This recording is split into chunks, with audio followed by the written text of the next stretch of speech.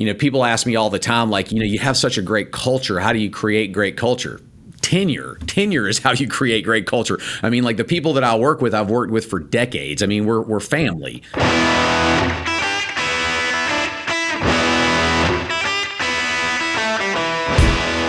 Welcome to Real Leadership, the podcast that spotlights leaders who make, move, and process things in the real economy. Together, we go to the heart of leadership to discover the strategies and hard-earned lessons from pragmatic, gutsy leaders who operate in a world that is more steak than it is sizzle. I'm your host, Jim Weaver, Chief Executive Officer of the Onan Group, where we believe that real leadership matters. Let's go.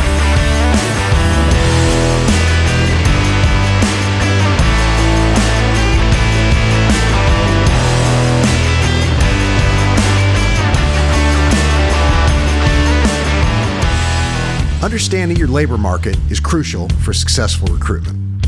Onan Staffing's Recruitment Strategy Guide provides insights specific to your geographic location and the positions you're hiring for. Our Recruitment Strategy Guide delivers a clear snapshot of your labor market and actionable intel to tackle market-specific challenges. With Onan's expertise, we help you navigate and win in your competitive landscape. Empower your recruiting process with the insights you need. Learn more about Onan's Recruitment Strategy Guide at onanstaffing.com/strategy.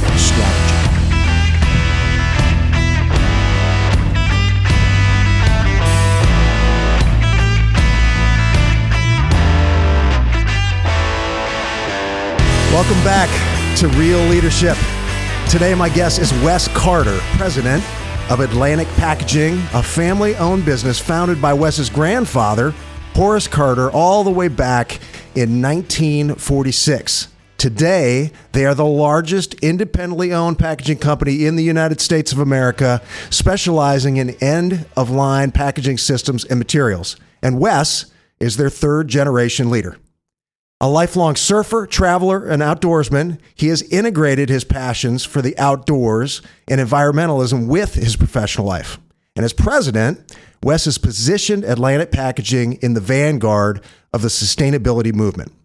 In 2020, he launched a New Earth project, which is a strategic collaboration between the packaging supply chain and the outdoor industry to rid the world's oceans, lakes, and rivers of plastic pollution.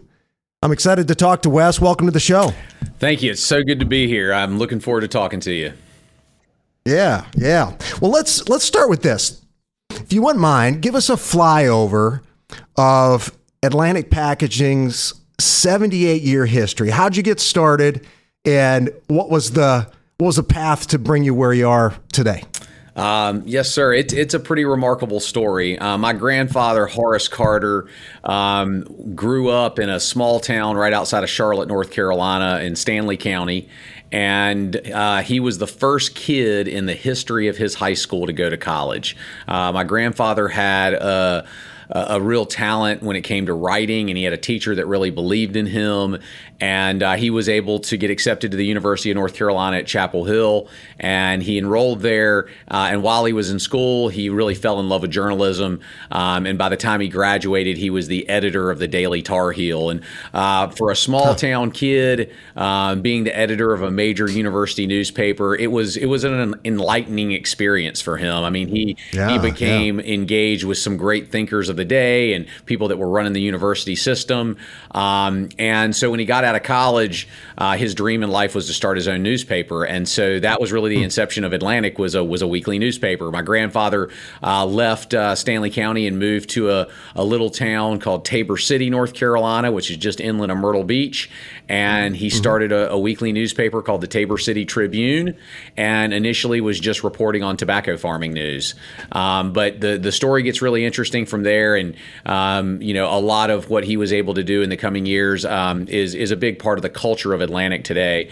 My grandfather became aware that the Ku Klux Klan was really active in that community. They were doing motorcades and pulling people out of their homes and really just terrorizing the community. And my grandfather was a power of the pen, God and country guy who'd had this enlightening experience in Chapel Hill, and took it upon himself to fight the Klan with his newspaper. And so he began writing scathing editorials condemning their activities, and he would, put their activities on the front page of the newspaper. And that was a really dangerous thing to do in those days. I mean, they threatened to kill him and kidnap his children and burn down his house. And what his wife went through for those 3.5 years is really hard to put into words. I mean, she had 3 young children, and he's fighting the Klan, and they're terrified, constantly. But my grandfather and my grandmother really believed in the mission of what they were doing, and never relented. Eventually, my grandfather's editorials got picked up by larger newspapers, and like the Charlotte Observer and the Raleigh News and Observer.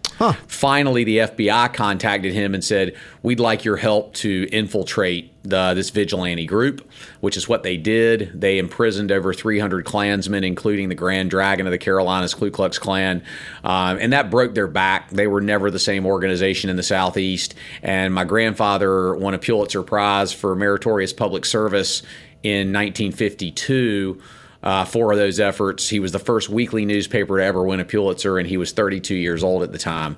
That is the inception story of Atlantic. And I like to say, my grandfather's spirit, my grandfather's soul, this sort of idea of using your professional life to do something, truly good for the world, a sense of a moral compass, a sense of ethics. That was really foundational for our organization. And so a lot of people ask, and I'm sure you would too, like, how does a weekly newspaper become the largest packaging company in North America, or privately held packaging company? And, in those days, if you were in the newspaper business, you were also in the paper supply and office supply business. That went really hand in hand. And so after the fight with the Klan and the Pulitzer, my grandfather, he got a lot of notoriety around the country, and became pretty well known in a lot of business communities. And so the second part of his career was this paper supply business. He kept published in the newspaper, but he began selling a lot of paper supplies to apparel companies, textile companies that were migrating from the Northeast to the Southeast. And he would go to the Northeast to places like New York and recruit these companies. Please come to North Carolina and build factories, because we have a lot of a labor force and we need jobs. And so we started selling a lot of converted paperboard, like collar strips and sock and underwear inserts. And pretty soon those same companies said, "Hey, Horace, can you sell us boxes and tape and bags?" And so our packaging distribution business sort of grew up with the apparel industry.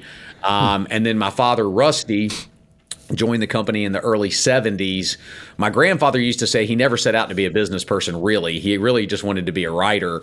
And so he turned over the business part of Atlantic to my father in the early 70s. We were a very small regional company at that point. And then over the next 50 years, my father was really the entrepreneur that expanded our business.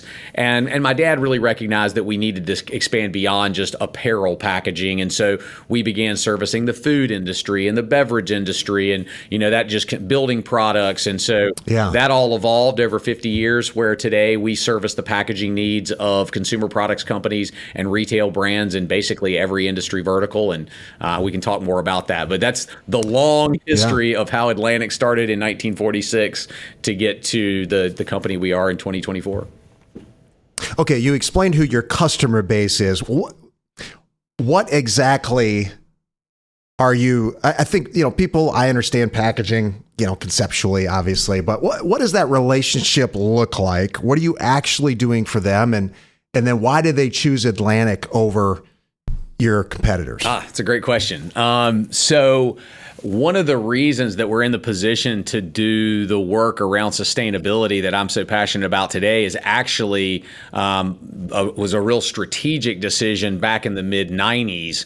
My father, Rusty, really recognized that he just did not want to be in the commodities business. He didn't want to just be like, because we then and today are, by definition, a distribution company. I mean, we partner with the companies that manufacture packaging, and we buy that packaging, and then we sell it to the consumer products companies and retail brands that utilize it. So, are you processing it in some way when you get it? then you're buying it in bulk and then. Correct. So in some cases, about 30% of our revenues are in products that we manufacture, where we're buying paperboard and making folded cartons, or we're making labels or those kind of things. We have a corrugated box plant where we're buying sheets of corrugated and turning it into a box.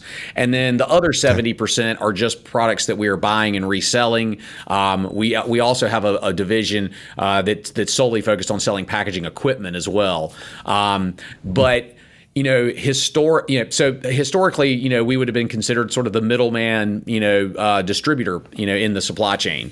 But my dad, like I said, recognized that he wanted to be a lot more than just a commodities broker or just a middleman. Yeah. And so we made a decision in the 90s to really focus on a more technical value proposition.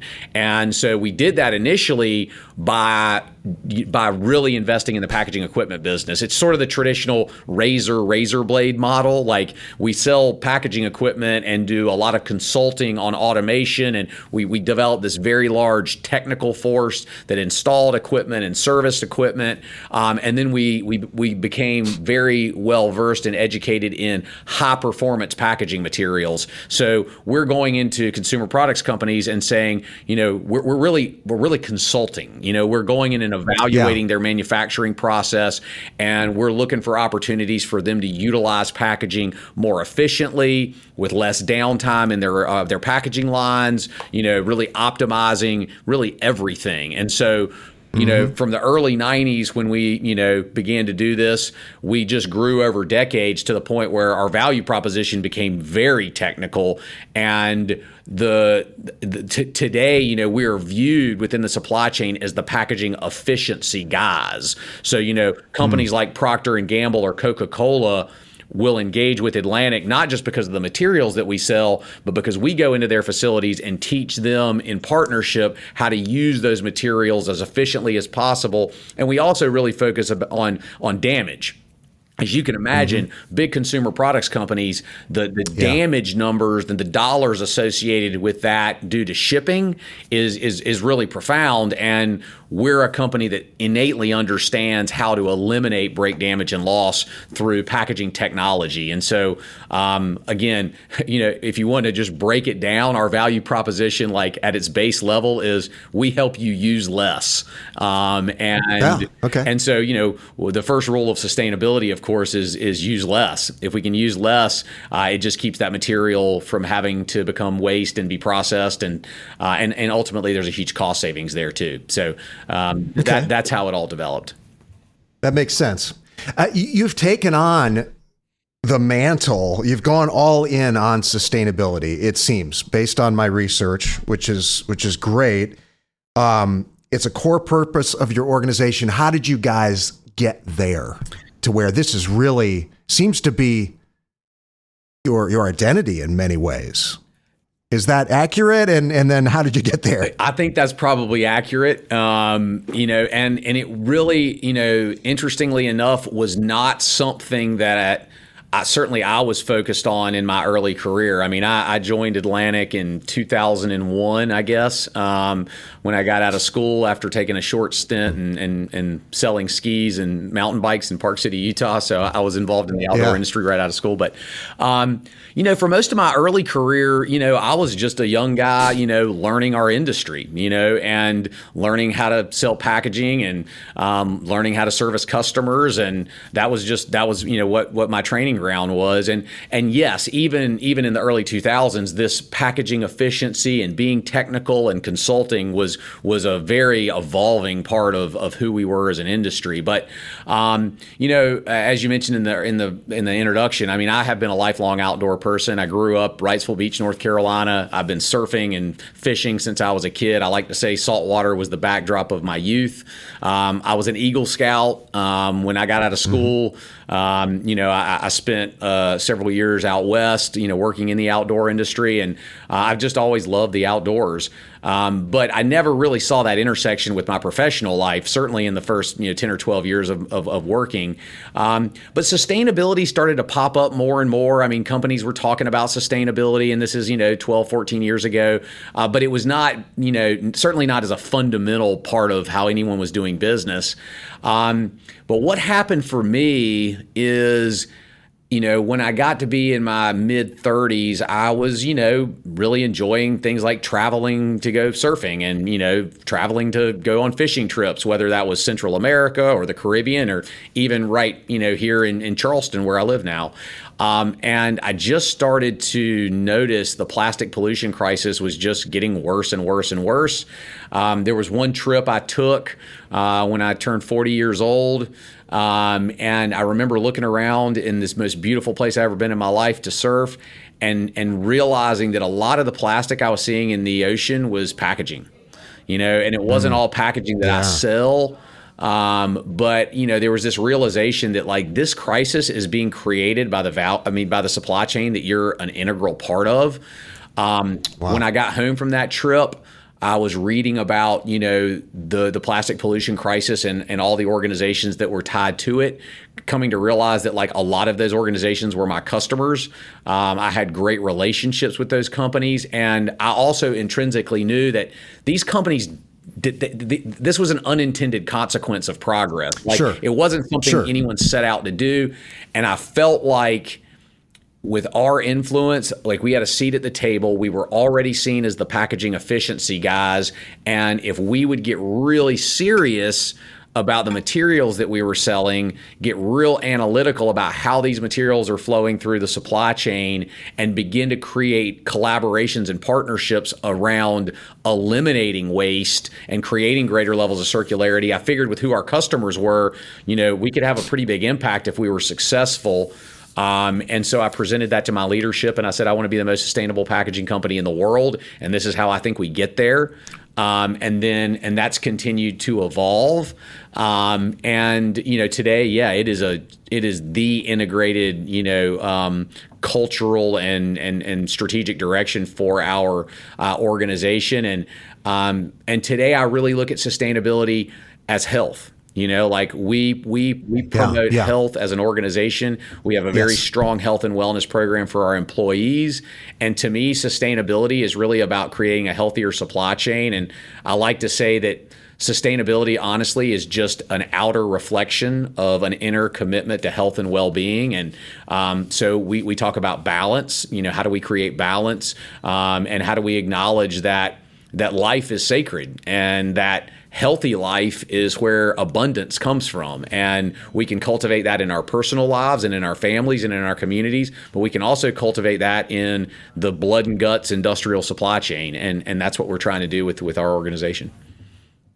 I love about that approach. I think a lot of the environmental back and forth has become really partisan and kind of divides over things like whether or not climate change is man-made or not. And it's almost religious fervor on both sides of that. And it's divisive. But when you talk about something like health or wanting to be able to eat the fish that you catch or things like that seems like the vast majority of people can align around that.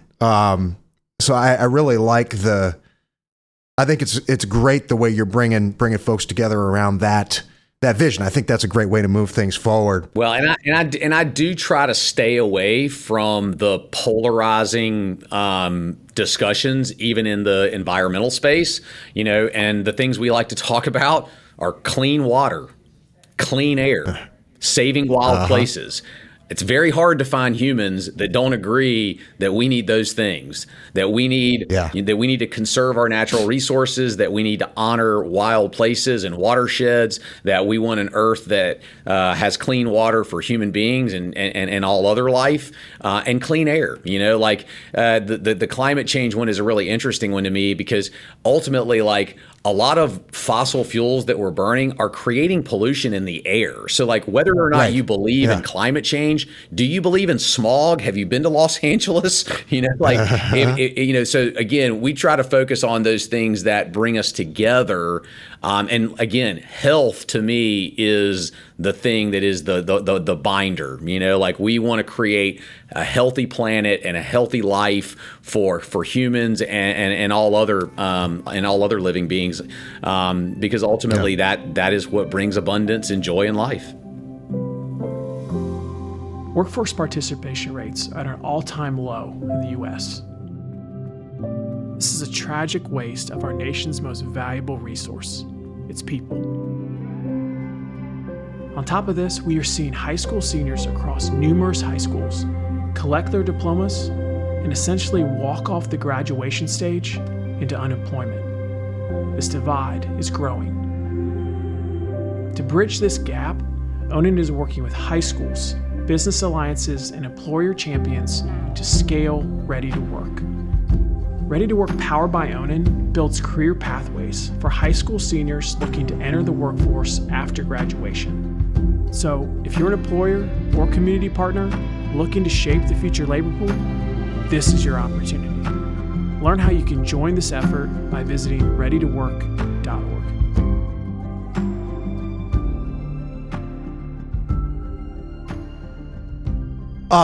So tell me about the early conversations with your leadership team. You're, young whippersnapper coming in, and you've had this epiphany. I don't know if that was the way it was, but probably a little bit. I would think maybe. Okay, I would think in the packing industry, more packaging good. So what was your economic proposal to them? What was your business proposal? Because you've got a business to run, and you need to make money and have customers to do this. So what was your economic proposal to your team to get folks on board with this vision? It was probably not as abstract as it might seem from the outside. I mean, first of all, I recognized, and my leadership recognized, I got a lot of really smart people, and I've also got, we're a privately held company, we're a family-owned company, Yeah. and, people ask me all the time, like, you have such a great culture, how do you create great culture? Tenure is how you create great culture. I mean, like the people that I work with, I've worked with for decades. I mean, we're family. Yeah. So there is a level of trust, and there is a level of communication that just comes with working with people for a long time. And so, so what I articulated to our leadership that they bought into really quickly is, guys, sustainability is here to stay. And it's mainly here to stay because young people, if you look at 18 to 34-year-olds, that buying demographic, they have more buying power than the baby boomers. And when you interview that group, and when they've done, studies on that group, like 85% of that demographic says they value sustainability and environmentally friendly materials and products and packaging as fundamental to their buying habits. Well, if you're a retail brand or a consumer products company, and one of the largest demographics in the country and in the world values this one thing by 85%, I mean, that's a huge driver. And so, first of all, it's one thing I love about sustainability. Ultimately, the power is with the people. Like, if people demand sustainable products, the supply chain will shift. So, I certainly acknowledge that to our leadership. I said, our customers more and more are asking for this, and they're asking for this because their customers are asking for it. And the other piece is, I said, sustainability is going to be the greatest catalyst for innovation that we have ever seen in our industry. We've been clipping along just selling the same old products, and we're making improvements to those products, and we're making them more efficient and more technical. But something like sustainability is going to be an atom bomb that says we have to reinvent ourselves. And our company we sell innovation. That's who we are. We are a highly technical, innovative packaging company. And now we have this thing that is a radical global catalyst to drive innovation. Well, we all know, companies that innovate well and that are ahead of the curve, they do really well economically. Apple, Yes. Tesla. I mean, you can look all Yes. over our economy and see the companies that innovate well tend to do really well. And so, to me, a sustainability strategy wasn't just about growing an environmental conscience. It was also a really strategic business decision to help drive innovation in our industry and for our company. How are you laying out that strategic business decision to your customer base? What does that conversation look like? So, what I hope people, will begin to recognize too is the consumer products companies and retail brands, for the most part, really want to make these shifts. They do. I really try to shy away from this sort of thought that, we're going to point fingers at all the big bad corporations. I mean, let's be honest. I mean, these companies are just full of people. I mean, companies are just groups of people. Yes. And most of the people in all of these companies are really good human beings that want to have a good career, and they want to provide for their families, and they want their companies to represent, healthy things in the world. I mean, that is overwhelmingly the majority of humans. And, there's always a few bad apples, but ultimately the supply chain wants to make these shifts. The biggest barrier is technology. There are not viable technologies to help them transition away from the products they're using today. And so that is where, when we sit down with our customers, that's our value proposition is, guys, here are all the products that we are bringing to market that we have innovated, and they're not just environmentally friendly, they're scalable. They work really well in your applications, and they're economically viable, and the economically viable piece is by far the biggest hurt. Well, I say you got to find products that work. I mean, when you're trying to replace traditional plastics with plastics made from seaweed or from mycelium, there's been, $1 trillion invested in plastic packaging development over the last 50 years. There's been $2 invested in all these other technologies. So, we got a long way to go to bring the technologies to market, but Atlantic, we intrinsically understand the applications, we understand the performance criteria, and we understand the price points. And many of our customers are willing to invest in sustainability, but it can't be, there's a price point that just gets, unreasonable. And I like to say, right, a product is, if it's too expensive, it's not very sustainable because no one's going to buy it.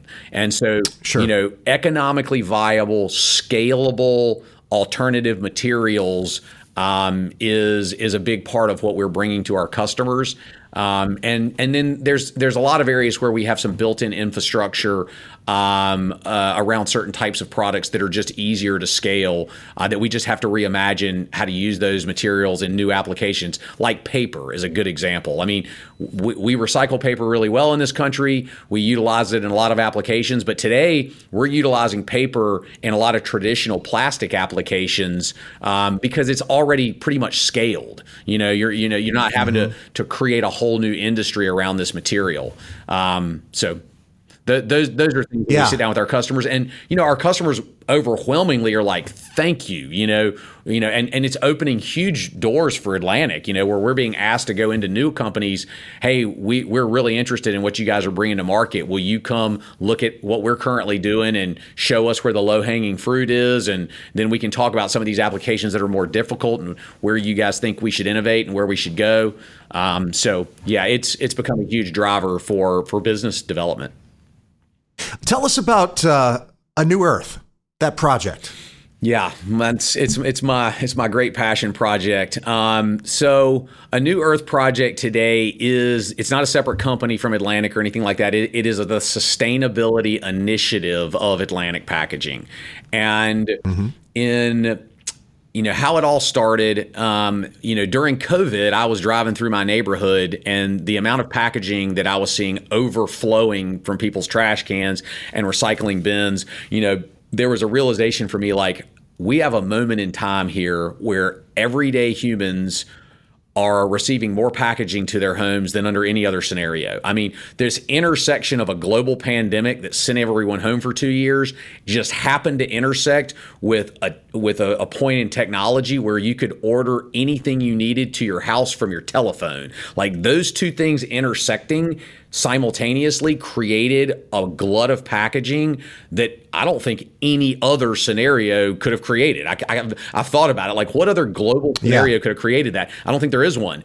And what it did, the sort of silver lining for us, was it created a lot of packaging awareness, and regular everyday people like you as an example, and all of my neighbors are going, wait, what do we do with all this stuff? What's recyclable? Oh my goodness, I know. What is it? And do we need all this stuff? Do we need all this packaging coming to our house? And so I wanted to capitalize on that level of awareness. And my perspective had been that sustainability, needed to move from something that companies felt like they had to do to something that we want to do. My perspective is, as we make this global shift, it can be awesome. I mean, this can be our generation's moon landing. And not that I was around in the 50s, but I got to imagine during the space race, people all over the country were like super into it. You know, like this is awesome. And people wanted to be astronauts and they wanted to be engineers. And like it was, you know, it was dry. The culture was around, we're going to the moon. And to me, sustainability can be the same thing. Like we as a culture recognize that we created unintended consequence of progress, this massive global pollution problem, but we can fix it and it can be awesome.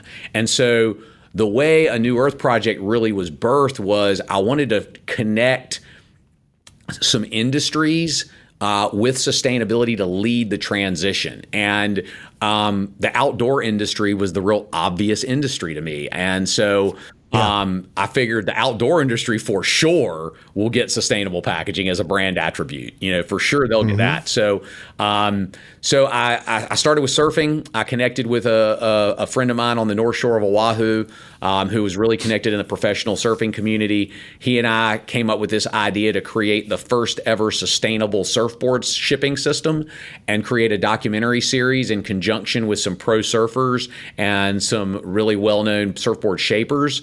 And so we did storytelling, you know, and ultimately a surfboard was just a widget. You know, it was just, if we can do it for surfboards, we can do it for anything. But when you're doing surfboard packaging with Kelly Slater, it's just more interesting. That's cool. And so, you got the cool factor. And so a new Earth Project started with creating surfboard packaging, and then we extended to snowboards and skis and mountain bikes. But ultimately, it's more of a marketing initiative to show the world like this can be amazing, this can be great. And so, and now New Earth has taken on a life of its own today, and now, you know, we have a whole line of packaging products called New Earth Approved Packaging, packaging supplies for a healthy planet. We're selling New Earth Approved packaging to a lot more than the outdoor industry today. It's become a big part of what we're selling across our entire portfolio of customers. Yeah, you've got an entire series on Amazon Prime too, don't you? We have an entire series on Amazon Prime called Journey to a New Earth that's worth a watch. There's 8 episodes that are 20 minutes long that kind of go through this process. And we're working on a much bigger series right now that I can't say a whole lot about yet, but that we hope will be picked up by a major network that will really be about highlighting the companies, the technologies, and the human beings that are supporting and activating what I like to call the sustainable revolution, which I literally believe can be as impactful as the first industrial revolution. And I think this period in history can and should be looked back on as a really pivotal shift for human beings and our awakening to the sacredness of life and our responsibility to steward healthy life. Yeah, you overlay that with what's going on in technology right now. We may look back at these next 5 years, this decade we're in, and really think, man, that was a revolutionary time. I think it feels like there's a lot churning right now. Great. Something you talked about unintended consequences, and something that's been on my mind recently. I had heard some research. I saw Consumer Reports report and heard on on the All In podcast, they were talking about a study that was on phthalates in foods, which is, as I understand, a softener in plastics, and how that's getting into our food supply and then into our bodies, and it can cause endocrine disruption and some negative things. So I've been going to the grocery store and looking at everything in the fridge. I'm like, my goodness, everything's in plastic. It's how are you thinking? You're aware of that, and I saw you post on it. How are you thinking about that challenge? That's a whole nother level of challenge there, isn't it? It is, and to me, it is the next big shoe to drop. I mean, plastic pollution, and seeing pictures and videos of marine life, choking on plastic certainly, activates human beings and pulls on people's heartstrings and is initiating a lot of change. But the human health piece obviously is going to be even more impactful. And I think there's still a lot of research that needs to be done. I met with some scientists last week in Charlotte that flew in from all over the world to really talk about, we have to get coordinated and really better understand what the health impacts are. And again, I don't believe that the plastics industry or any other industry intentionally set out to harm human health or harm the environment, but as we get more information and start to understand, oh, wow, there's some really adverse effects potentially. I personally, as a leader of a packaging company, I am not going to run from that. I am not going to bury my head in the sand. I for sure don't want to be responsible for bringing products to market that could be harmful to human beings, and or any other life for that matter. Sure. So I welcome that information. I think it's critically important that our industry owns it. The thing that will delay these transitions the most is our industry trying to pretend like this isn't a problem, and I can't sit here today and say that the scope of this problem and how profound it is. Sure. And how I don't have, but I do know there's something here. Yeah. And it is worthy of deep investigation, and we need to understand it. I mean, I've got children, my children, we're buying food at the grocery store like everybody else, and if some of the products are impacting their health, I'm really concerned about that. And I also recognize that as we get that information and understand it better, I and Atlantic Packaging are in a pretty good position to help change the trajectory of that and innovate products that are acknowledging that we got to be really careful that we're not creating toxicity in our world. Yeah. And so, you may not hear that from everyone in our industry, but ultimately, the truth is what's going to liberate us. And I'm not going to run from the truth. I'm always going to lean into the truth, even if it means it may have a negative impact on my business in the short term. Yeah. Well, that makes me feel better about the situation already. We got guys like you leaning into it. That's good to hear. Land top technical and professional talent with Focus. Focus specializes in direct hire and contract placements, connecting you to exceptional candidates in IT, engineering, management, and more. Elevate your team with Focus. Visit getinfocus.com. Let's shift gears a little bit. So Atlantic Packaging has successfully now transitioned to the third generation of leadership. You've been around 78 years. That is something special. And I'm curious, what are the things that you think Atlantic Packaging has done right to be able to remain a family business and not only survive three generations, but like thrive in three generations and build on what the previous generation did? What are you guys doing to pull that off? Well, I would tell you that, if I had to point to one thing, I would point to my father, actually. My father's career over 50 years, and his ability to attract talent and retain talent, people talent, has far and away been the secret sauce. Oh, yeah. My dad has always had a drive to have a highly ethical organization. He's always been about empowering people. He recognized really early on that, culture was created by tenure, and you created tenure by taking really good care of your employees and, supporting their growth professionally and personally. And we've been able to attract some of the most talented people and good human beings. I mean, like I mentioned early on, like my leadership team is family to me. I mean, most of the people in my leadership team I have worked with for 20 plus years. And, there's a sense of mission and cohesiveness and family that we recognize is not just a feel-good thing. It's fundamental to who we are. And people ask me all the time, well, you could take the company public, and get this big, infusion of cash, and you could grow faster. If I do that, I potentially lose the most important thing that we have, which is this family culture. The other nice thing about being privately held is I don't have shareholders, and I don't have quarterly earnings reports that I have. I literally can make investments based on my guts, and my father built the entire company based on his guts. He's got really intelligent guts.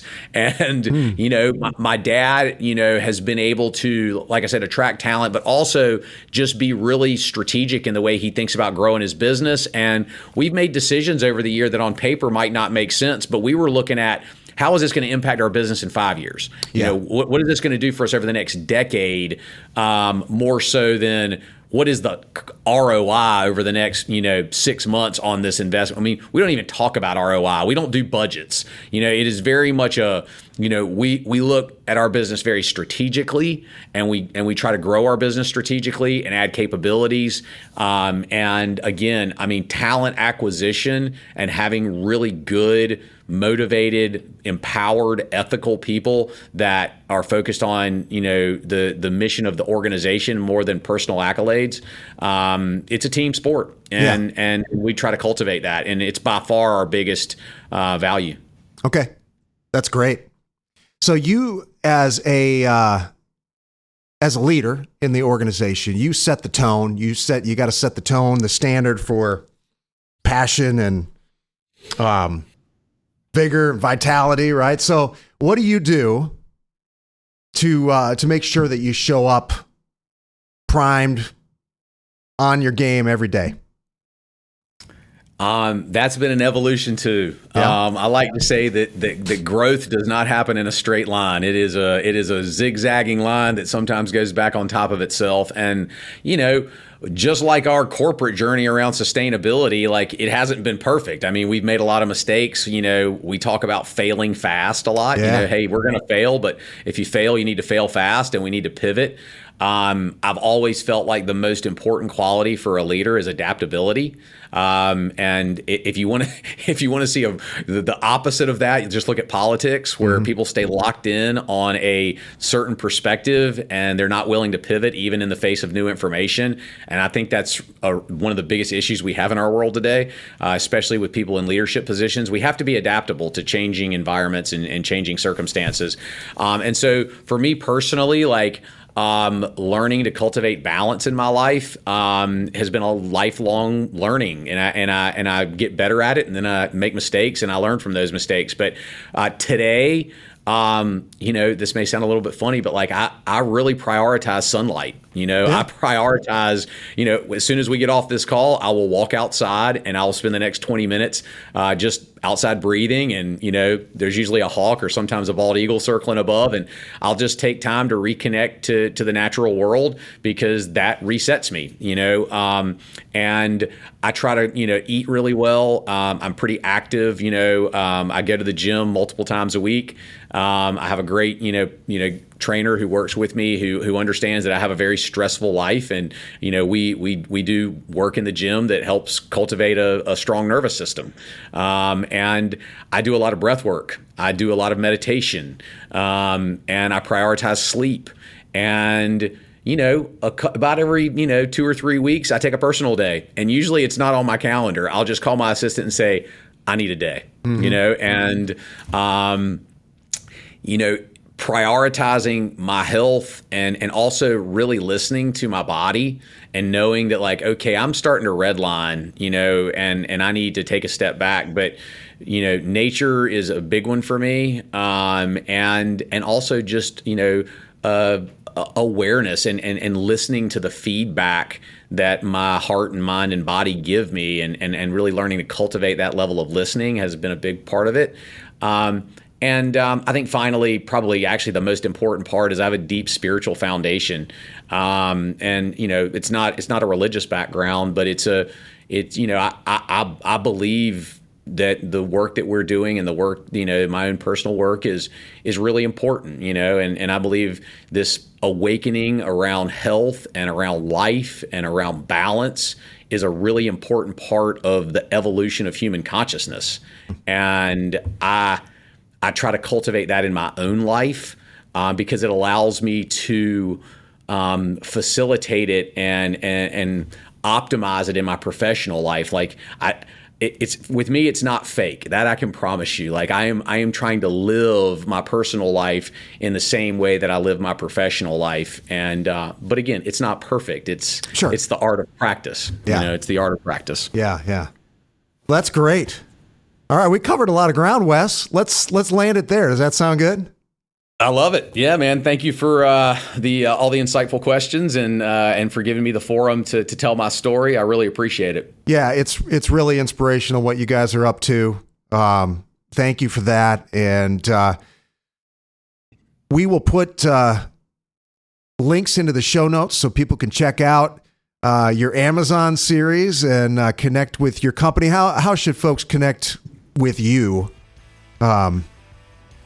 Personally, or with what you guys are doing, do you think? Yeah, I mean, I have a pretty robust social media platform. So if you follow me on LinkedIn, I post a lot of stuff about sustainability and also a lot of the initiatives that we're working on at Atlantic and a lot of our customer partnerships.